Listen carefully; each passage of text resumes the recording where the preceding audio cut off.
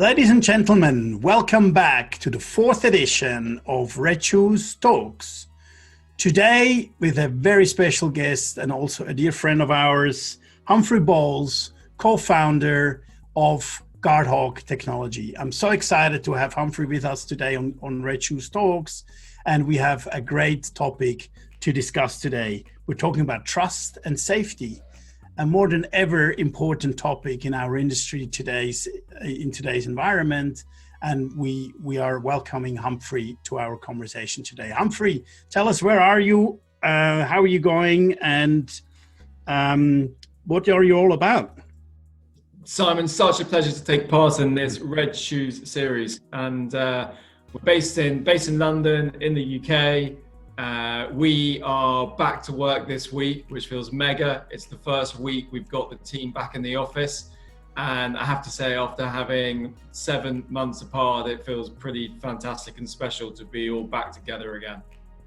Well, I can imagine. This is incredible. We all had to learn to work in different environments, but that sounds like a big milestone for you guys to be back together.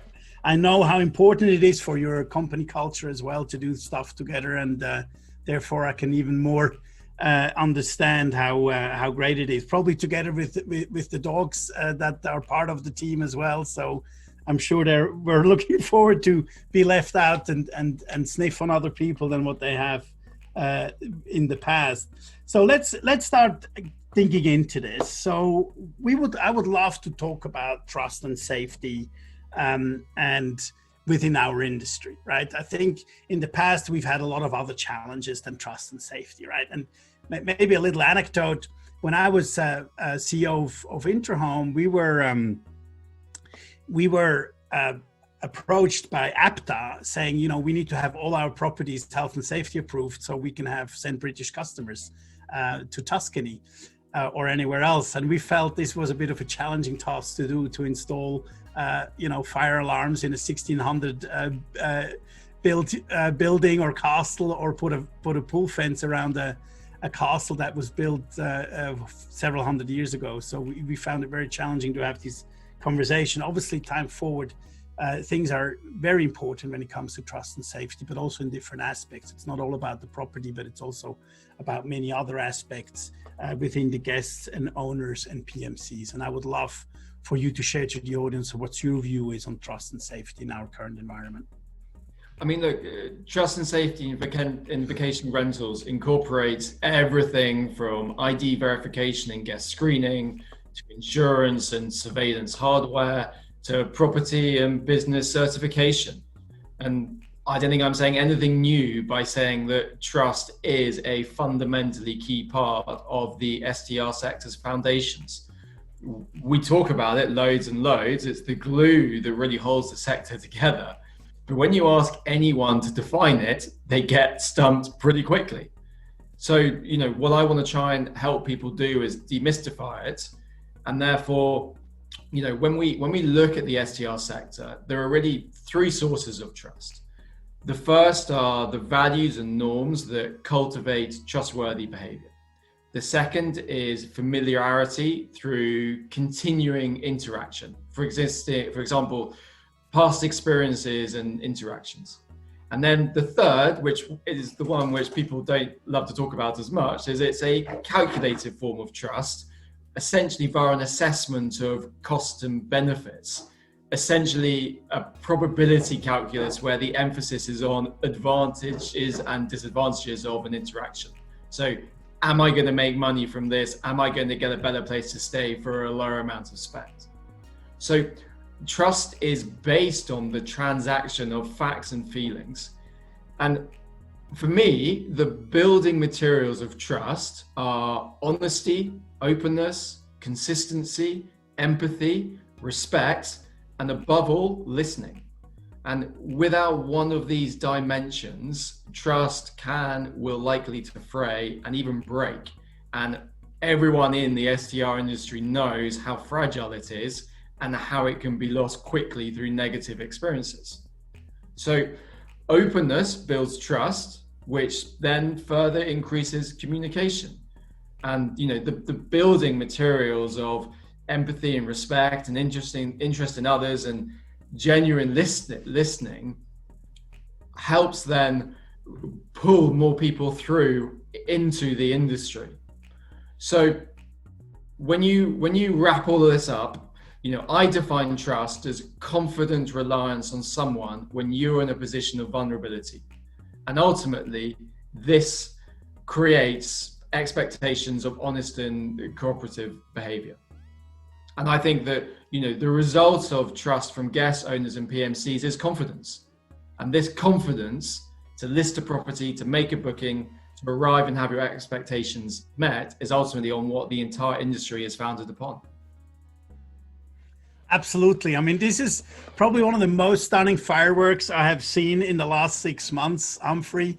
You're speaking out of the soul and heart of many of people in this industry. I mean, I could have not put this in better words in what this is all about. And I think this is absolutely what it is. And in terms of having trust is the only asset this industry has. It's remarkable to what it actually entiles when you look at the whole spectrum.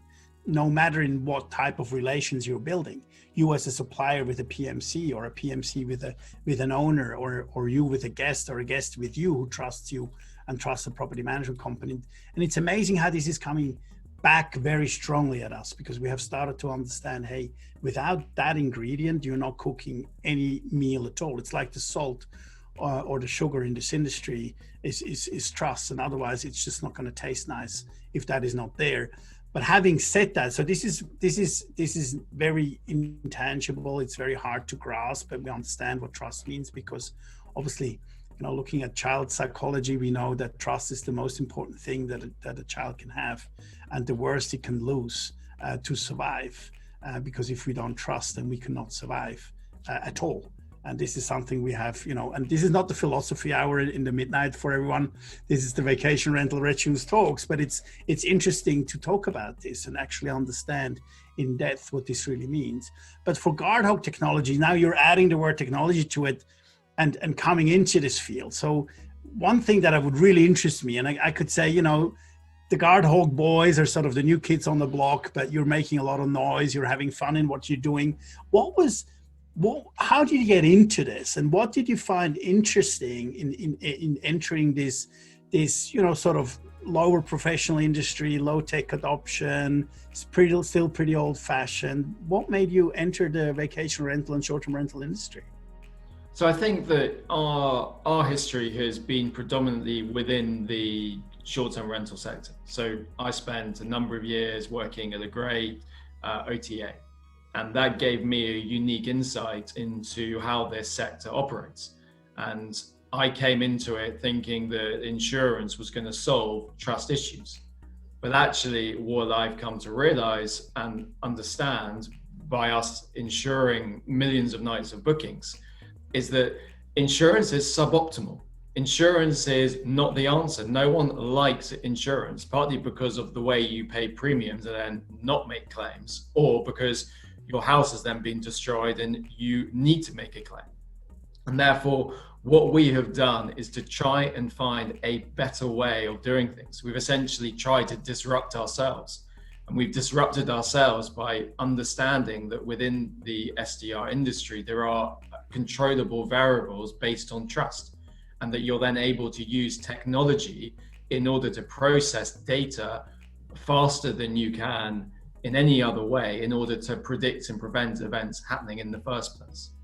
And therefore, what we've attempted to do is to find a way to provide state-of-the-art levels of protection for hosts and guests, but do it at a price point which is way below what you would traditionally pay for insurance premiums, because we're not selling insurance. What we're doing is we're providing people with the trust tools, the trust tech, in order to make the best decisions they can when it comes to accepting bookings or choosing the homes that they're going to go and stay in. Incredible. So you're basically reducing risks, and therefore why insurance company love you as well, because obviously if you can tell them, hey, we can mitigate risk so much because we understand and we can potentially avoid it by data that we're using. So talking about this triangle of PMs, guests, and PMCs for the audience. How do we need to understand how this technology works and what role technology plays when it comes to mitigating risk within this industry? Well, I think the first thing that you need to understand is that trust is based on this transaction of facts and feelings. You call it intangible, and I agree with you, there is an intangible level to it, but there is also a commercial value. And you need to start looking at trust not as a intangible, a wishy-washy type view, but actually that it has a real material value to your business and to the industry. And you can place value on that because you're able to place value on a cleanup operation, on something going wrong. And if you look at trust from a commercial point of view, you are then able to optimize the commercial value of trust to give your guests the best experience they can, to give your hosts as few worries as you can, which will reduce your ops cost in having to speak to them or increase your conversion rate. And you can use all of these things to make your business run more efficiently. As an example, we have created a completely new way of holding and taking deposits between hosts and guests in a way that actually reduces the material cost of taking and receiving a deposit. And by creating a better system, we have hopefully used technology to create more trust among members, among users. And I think that, one of the things which I really love about the STR industry is the basic unit of innovation is not a creative individual, even a team, but a creative community. And if you look at Airbnb, it's a great company and they're going to do so well on their IPO. But when it comes to trust, what they've managed to really pioneer is brilliant communication between hosts and guests. And you get brilliant communication by taking away the pain points. And therefore, if you really focus in on the pain points that exist within these communities, you're then able to build trust and build trust in the system, which ultimately benefits the individual host, the guest, the PMC, and the whole sector. And for me, that's just super exciting because it is going to encourage more people to get involved in this sector.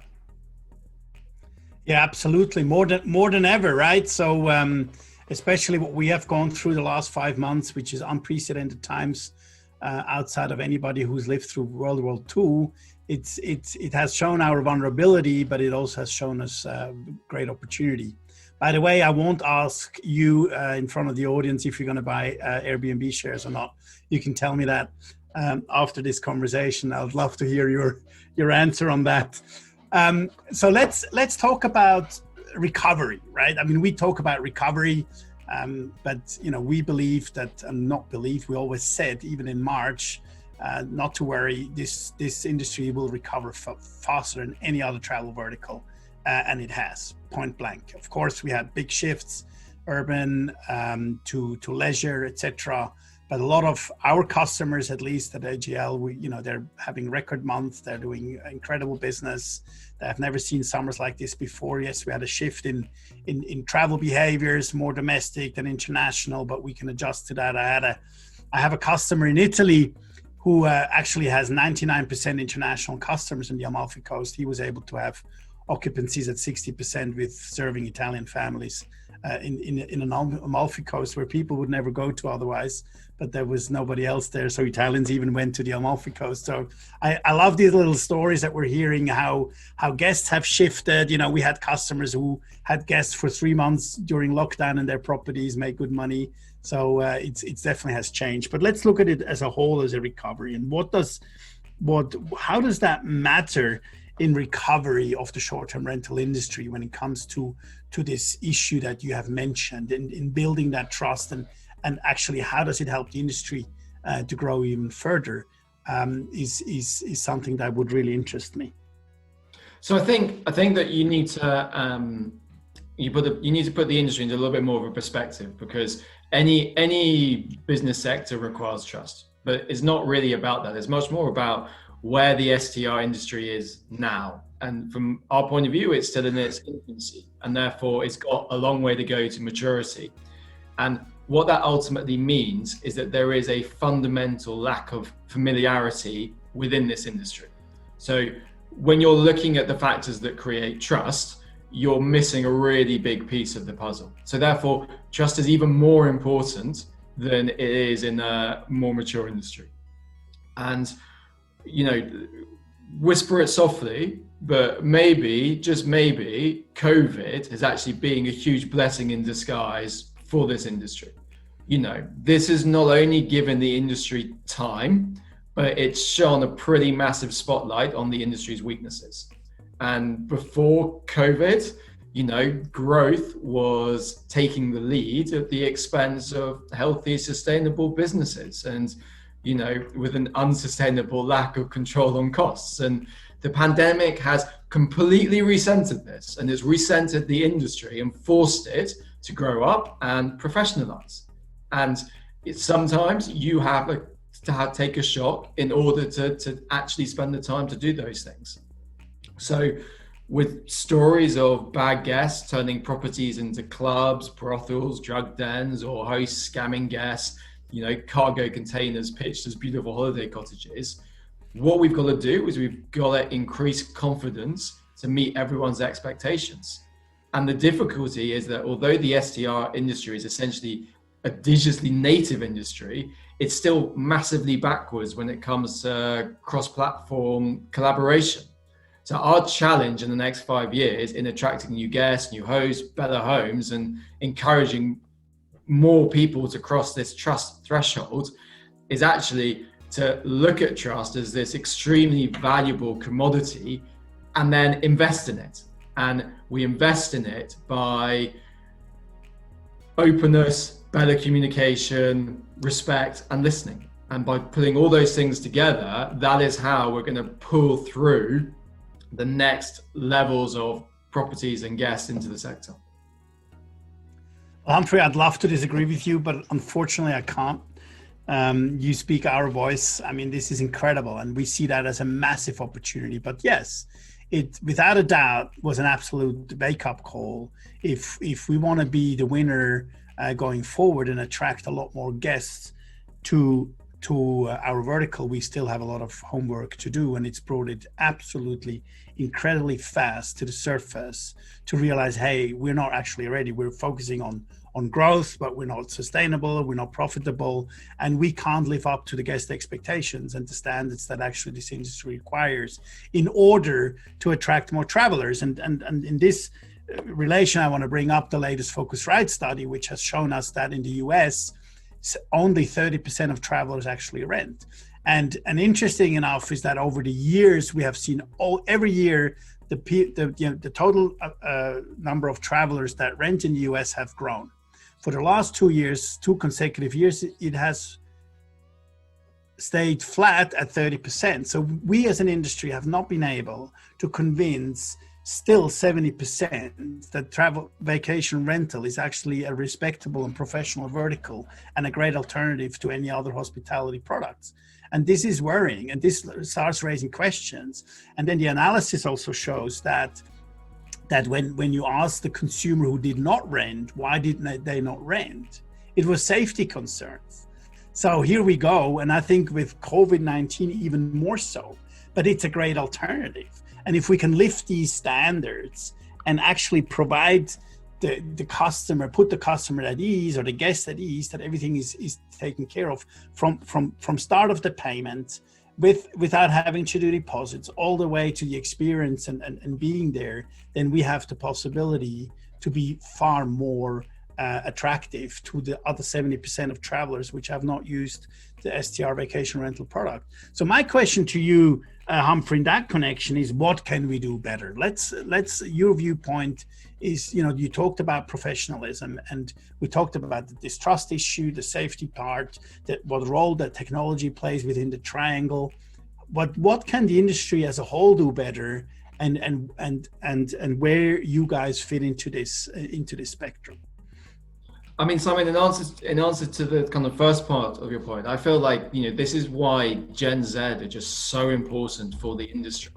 And this is why, creating opportunities for them to come and use the STR industry is just the most important thing that we should be focusing on. And as I wrote in my article the other week, with Airbnb discriminating against them, I think it's such an own goal, because the tragedy of that decision is that this generation is the very generation that is going to deliver the next home sharing boom. There is always going to be a number of baby boomers who will never use the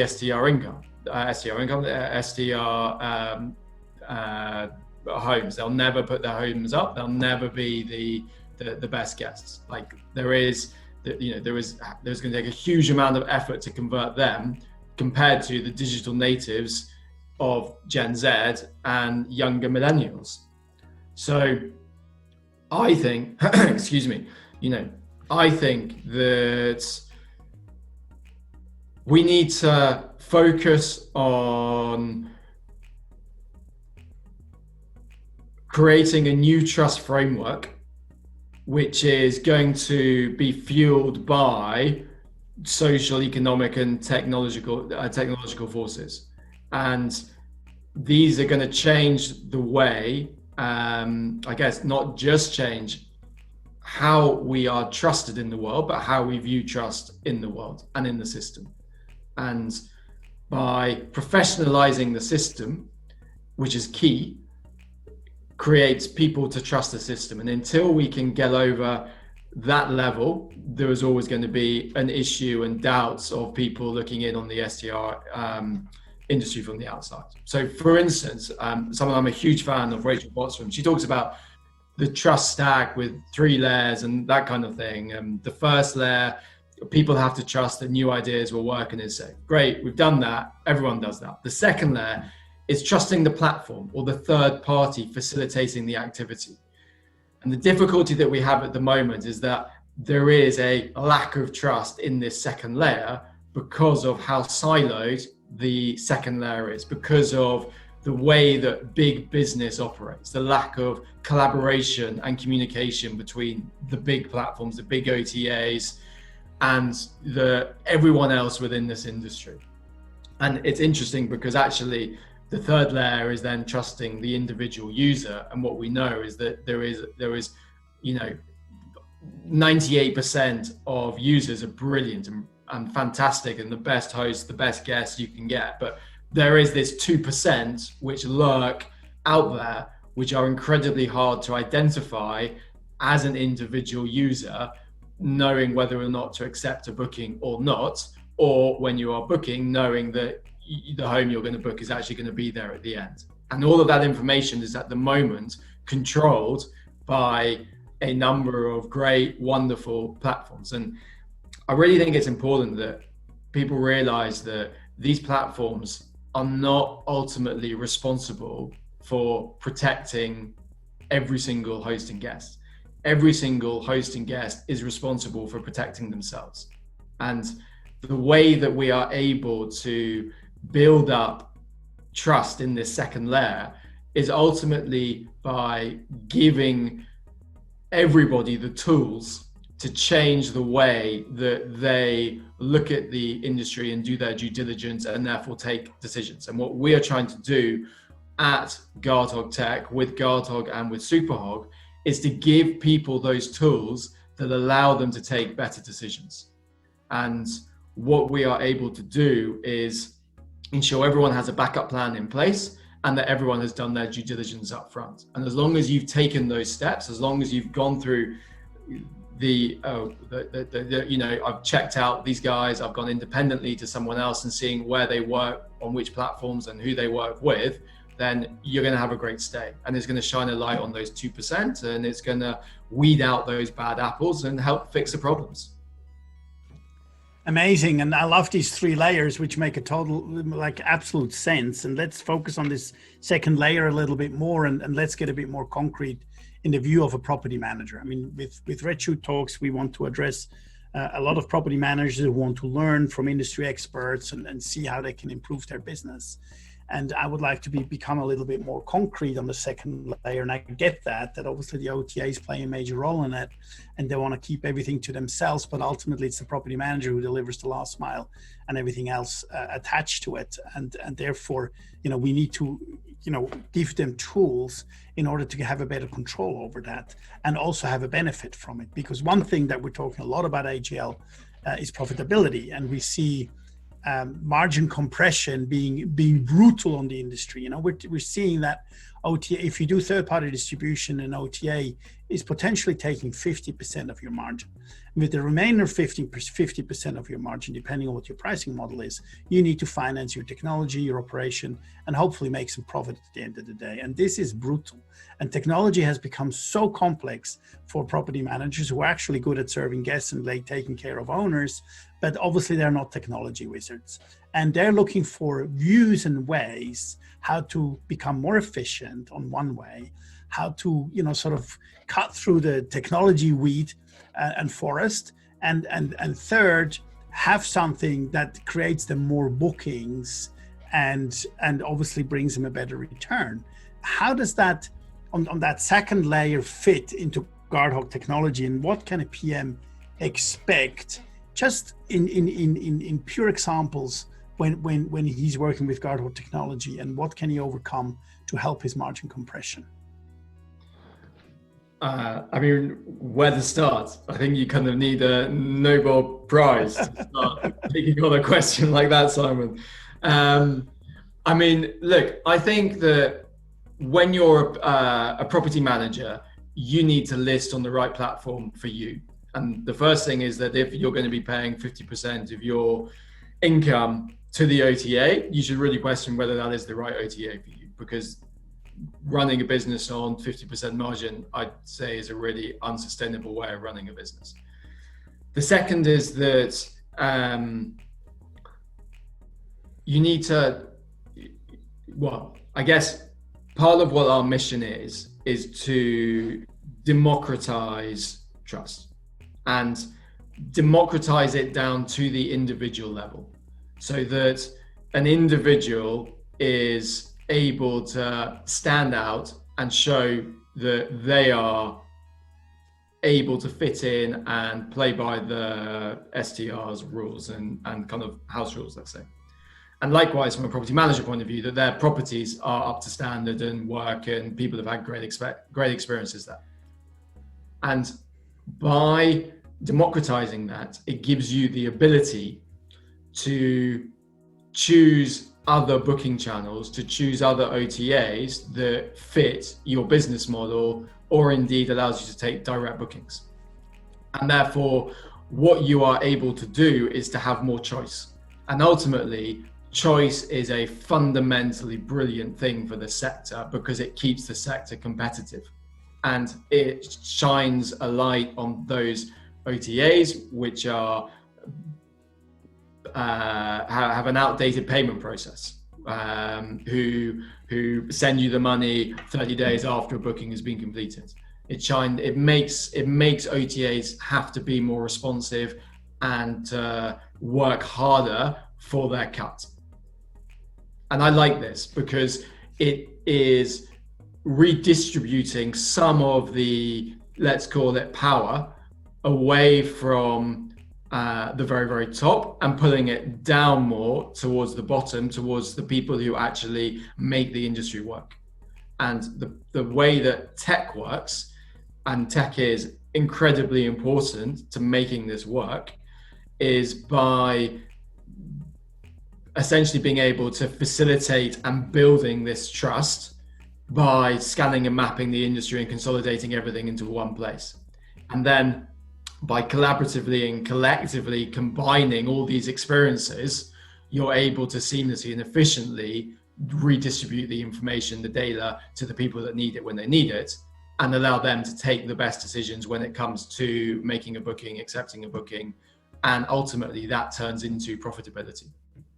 So it's a very long-winded way of saying that. No, absolutely. But when we get concrete, I mean, what does that mean for a property manager? I mean, in terms of, we can automate deposits. We get rid of deposits, for example, and we can move properties that are on request, on instant bookable as well. So, you know, in terms of concrete results of engaging in GuardHog technology as well. Yeah, great question. I mean, the key is that you are able to take whatever bookings you need as quickly as you possibly can at the best price on whatever booking channel works for you. And then you're able to use our tools in order to make sure that they are great guests and that they're going to look after your home. And by the way, it's not just about you, it's also about the guests. By them participating, you automatically pass on to them great things like them not having to put down an actual physical deposit, like them having some certainty that if something goes wrong with their stay, there's a backup plan for them to find alternative accommodation. And it does not necessarily mean it is your responsibility to do that. There's someone else there who's going to help you take that burden on. So when we've now focused a lot on guests and the PMs, let's focus on the third piece, which is basically our owner. Similarly important, or if not more, but we're always trying to have a balanced industry, obviously, as well. Is that, what does that mean to actually the tech lever to have more inventory for a PM as well? How can building it? So we have let's say a trust between people. And this is where this trust situation starts. A second property owner trusts a PM with his property to take care of. And one thing, open up a bracket here, is that we also believe very strongly this industry is not going to change fundamentally, whereas 98%, if not more, of properties in our industry will remain in private ownership and secondary home ownership. So this is not going to change fundamentally. We're without a doubt, this is not going to be institutionalized. So this trust level will not go away. We've seen it on master lease, where the trust level was different. It was more on a commercial basis, trusting that these master leases are going to be served, and obviously they haven't been served, unfortunately, and we've seen some devastating results. But this trust level will always stay there. But what else does it do in terms of adopting this technology to build inventory and actually increase the trust level of an owner to deal with his property manager? Because it's his second home, he saved his money for it. He's probably spent 10 years on his own with his family in his house, and then he decides to rent it out. He wants to trust the person who's taking care of it. Look, I love this area of the sector because there's so many beautiful questions that need to be addressed. But for me, I go back to what I said at the very start, and that is experience is the key piece of missing information for owners. They just don't know or can't see exactly who they are having to come and stay in their homes. And the reason why is because this information is purposefully withheld by OTAs, because it is their asset. That's what their company value. And that's misguided. I do believe that is misguided, because the only person who holds the value is the person who holds the information. It's me, as you, as the guests, it's the hosts. So what we are able to do is to collaboratively bring these missing bits of information together, which is experience, and then be able to pull it into one place and show it to the PMCs to give confidence to their users, which then accelerate the growth of the industry. And actually, so we think that by being able to take this approach is going to accelerate the growth, because you're opening up better channels for bookings. So yes, OTAs, yes, the big booking channels will need to become more competitive in order to fit the owners, but we think that is ultimately a great thing for the industry, and it will weed out that 2%. So I guess to directly answer your question, I believe that for PMCs, for owners, that they are going to be able to fully understand who their guests are, and that when they are using us, we are going to back every single one of those guests with state-of-the-art protection. And we will only do that if we are totally confident that they are someone who should be trusted to stay in a home and who pass our tests. And we work across the industry, across home sharing disciplines, and therefore we have a really unique perspective on whether or not you can trust someone coming to stay with you or not. And we're using tech in order to make that as seamless as possible for everyone. Well, Humphrey, this is a very, very strong message to the industry. I could have continued this conversation with you for a lot longer time, but we need to be mindful of our audience's time as well. And I really enjoyed our conversation. I feel a lot of passion.